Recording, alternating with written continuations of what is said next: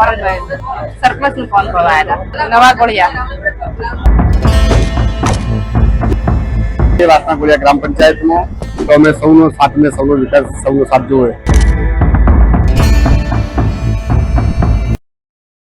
બનાસકાંઠા જિલ્લાના ડીસામાં કાળઝાળ ગરમીમાં ગ્રામ પંચાયતની સામાન્ય ચૂંટણીમાં ગરમાવો જોવા મળી રહ્યો છે. ગ્રામ પંચાયતની સામાન્ય ચૂંટણીમાં ઉમેદવારો ફોર્મ ભરવા મામલતદાર કચેરી ખાતે જનસેવા કેન્દ્ર ખાતે પહોંચ્યા હતા. ડીસા મામલતદાર કચેરી ખાતે સામાન્ય ચૂંટણીના ઉમેદવારો ટેકેદારો સાથે ફોર્મ ભરી જીતનો વિશ્વાસ વ્યક્ત કર્યો હતો.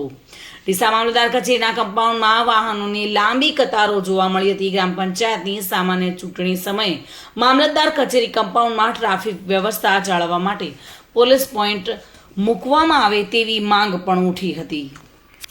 વાસણા નવા ગોળિયા મારું નામ ગંગાબેન કીમાજી મેં સરપ્લસ નું ફરજ હોય સરપ્લસ નું ફોન કરવા આવ્યા નવા ગોળિયા